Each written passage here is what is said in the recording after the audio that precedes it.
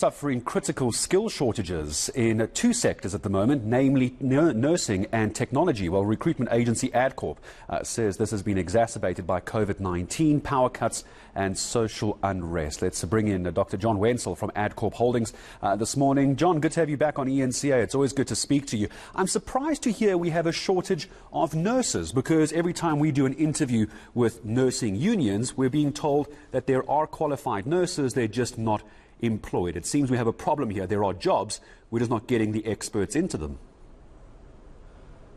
Morning, Gareth. Yeah, the nursing one is a bit more complex, and if one looks at nursing and the population of nurses, there are a few things. The average nurse is not a young nurse anymore, so we are facing in the years to come a retirement cliff, where a large number of practicing nurses then leave the profession.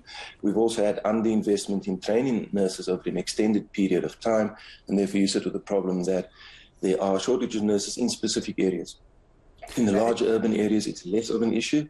In the more rural and semi-rural areas, it is a bit of a problem. And then you've also had government, where government departments, particularly those who make use of nurses, have run into budgetary constraints and therefore have not filled positions because they don't have budget, rather than the need for the nurse having disappeared. And then finally, what we've seen over the last 2 years, even though we've had the border closures and the lockdowns and so forth, South African nurses are highly valued. And we've seen over the last couple of years large numbers of nurses go to places like Australia, New Zealand, Canada and so forth, where they can earn better wages. So these are all of the contributing factors to what we have right now, and that is, if you look across the entire country, there is a shortage of nurses. And does any of your data suggest, perhaps through surveys or through interviews, what would it take to try and keep these critical skills in our country? Nursing is the one we're talking about. The other, of course, John, is technology. And you're right, these experts are being poached by other countries. How do we try and keep people in this country? Do you have any data to help me understand that? There's not one single piece of data coming from people we chat to and companies that we work with as to what the retention is. Again, it's quite complex. What has happened over the last 2 years, and I think when this is an example of us doing that right now, technology allows us to meet, but not physically in the same place. So the pool of potential recruiters of technology is now global, whereas previously they were overwhelmingly South African. So it's easier for our local talent to work for a global company. They pay better because when you convert hard currency earnings into the South African rand, they earn a lot more. Work from home, work from anywhere, hybrid working has made it a lot easier. So firstly, a lot of people want a more secure lifestyle. And then unfortunately, you do face some of the structural challenges in South Africa, and that is crime, unrest, infrastructure that is not in the condition it needs to be, electricity, supply issues and so forth. So that's not something that an employee can necessarily do. But what we can attempt to do as employers of these skills is to create a working environment where they want to stay. And therefore, companies that have been more successful at retaining staff are companies that have looked broader than just remuneration. And that goes to work policy, that goes to creating purpose, that goes to giving people the opportunity to grow and develop further. So there are some things, but it is an uphill battle. Yeah, it's not just about the money in the end. Of course, it is very important, but people also want job satisfaction. I think that's never going to change in years to come.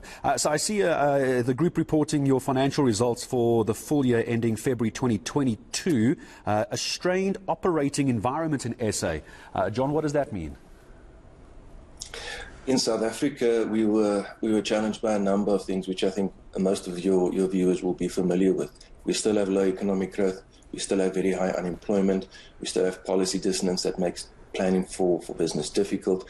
And then last year we had tragically the riots in KwaZulu-Natal, and then the ongoing challenges in respect of infrastructure and electricity provision.